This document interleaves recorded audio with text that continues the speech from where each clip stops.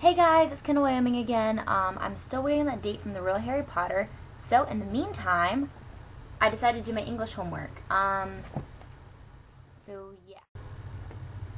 Today's video is inspired by Edgar Allan Poe, for my English project. It is called How to Kill a Man and Get Caught.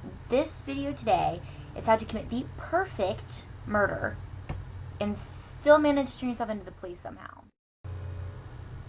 Okay, so the first step to killing a man and not getting caught is you have to convince people that you're not crazy, but like still convince them that you're crazy. So the guy in the Telltale Heart, he is like nervous, very dreadfully nervous. I have been and am, but why we say I am mad? The disease has sharpened my senses. I heard many things in hell. How then am I mad?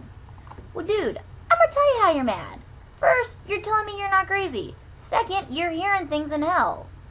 Depending on your religious preferences, hell may or may not be a real place. And if it is a real place, it's kind of far into the ground, so you've got some really freaky bat ears. If you're hearing things like that, Okay, step 2 is that you gotta find somebody to kill. Realistically, it could be anybody, but if you're trying to get caught doing it, according to Edgar Allan Poe, you're gonna have to find an old dude. Anonymous homeboy, that's a good subpoint. Subpoint 1A is that you can't have a name. The whole like anonymous thing really makes the murder go well. Okay, so back to finding somebody to kill. In the Telltale Heart, he's like, it's impossible to say how the idea first entered my brain. I love the old man. He never wronged me. I think it was his eyes. Yes, it was this. He had the eye of a vulture. It was pale and blue with a film over it. Whenever it fell upon me, my blood ran cold. So, the guy's gotta have a crazy... If you're gonna kill somebody, he's gotta... It can't look like this. This is a normal eyeball.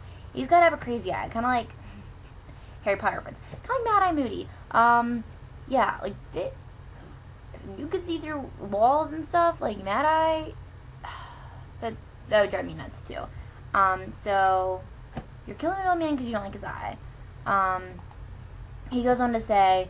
So by degrees, very gradually, I made up my mind to take the life of the old man and thus rid myself of the eye together, forever. So, he kills him to get rid of his eye. Not even like gouges his eye out. He just kills the dude to get rid of his eye.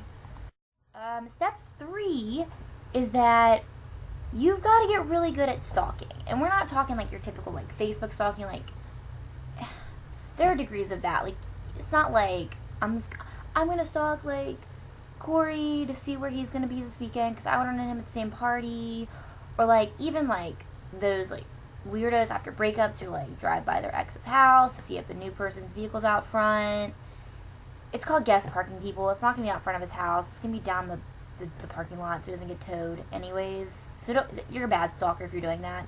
Anyways, okay, like this isn't that kind of stalking. This isn't like stupid, like lame, like stalking. This is really good stalking. Like, you have to go to this guy's house every night and watch him sleep. In the Telltale Heart, he says, every night around midnight, I turned the latch to his door and opened it. Ah, oh so gently. And then when I had made it open sufficient for my head, it was big enough for his head, just his head, I thrust my head in. It took me an hour to place my whole head in the opening so far that I could see him lay upon his bed. So he's spending like an hour putting his head in this dude's door. Like, he's literally... Anonymous homeboy, you are the best stalker ever. Props to you, boy. Okay, so he puts his head, he does this for 7 long nights, every night just at midnight, but found the eye always closed. So he's stalking, he stalks for 7 nights just to go in and stick his head in to find the guy's eyes closed, and he leaves. Next thing you gotta do is kill the guy. He kills the guy on the 8th night, so you have to wait 7 days. On the 8th day, you kill him.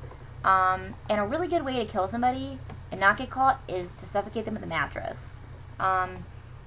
In Telltale Heart, he said, in an instant I dragged him to the floor and put the heavy bed over him. Then I smiled gaily. You have to smile gaily so people know you're crazy, because you're happy you're killing this dude.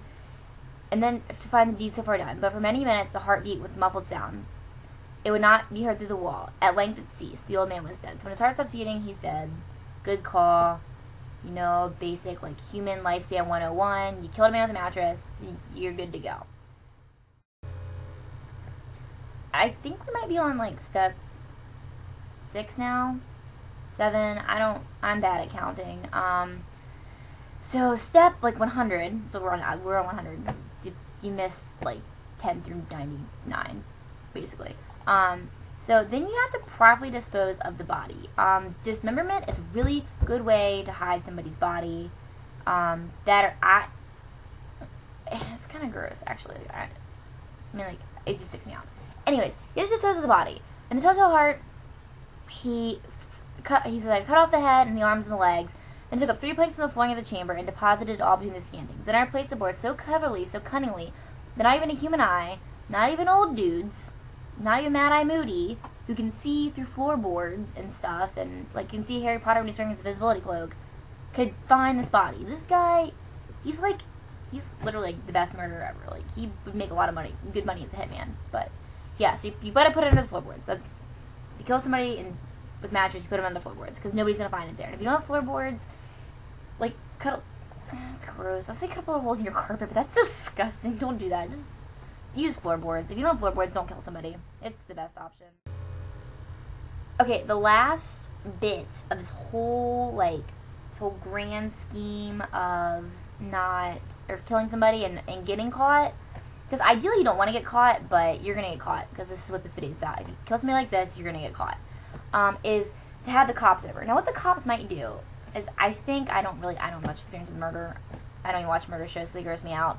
But the cops, if they think that you murdered somebody, they'll take you into custody, and so you're in jail for a while or whatever. They'll watch you. But the cops in the telltale heart, they just kind of knock on the dude's door and they're like, "Hey, anonymous homeboy, like, old man Bob's dead.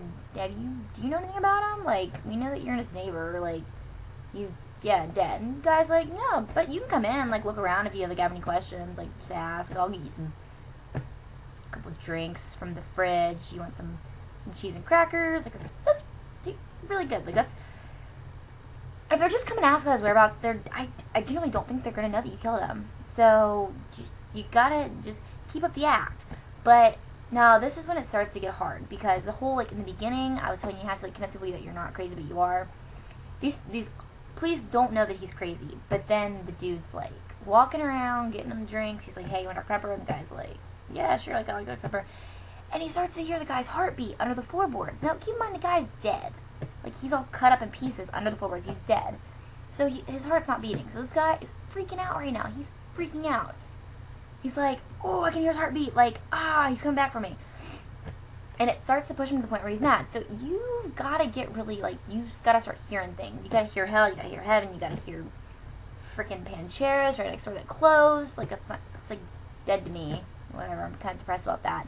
But yeah, you gotta get crazy. And then to top it off at the very end, you gotta be like, "Villains, dissemble no more. I admit the deed. Tear up the planks. Here. It is the beating of the hideous heart." If you're like, "Policeman, I killed a dude," or like, "Hey, look on the floorboards. Like, there's bodies under there." Like, they're not gonna believe you because you didn't talk like you're from the 1800s or whatever. Like, they're not gonna believe you. But if you yell, "Dissemble no more. Here," they're gonna know that you did it. And it might freak them out a little bit at first. You're gonna be like, "Dude, Jim, like, this is my first murder case. What do we do?" And his coworker's like, "Alan, like, I was here to give him a speeding ticket. Like, he drove into his driveway too fast." And then it's like, "Well, should we take him?" Like, it's gonna freak him out a little bit, but you already admit that you're guilty, so you're gonna go into the cop car willingly. I guess at that point, like, you just kind of take the handcuffs and go. That's what I would tell you to do. If you're getting caught, I mean, you're already caught at this point, but just hop in the cop car. Be like, "Hey, let's go on a ride to the jail. I'm cool with the death penalty. We don't have to court date. No court date. I'll admit that I'm guilty. Like, it's all right there." So, yeah, and they're gonna be like, "Okay, this is pretty."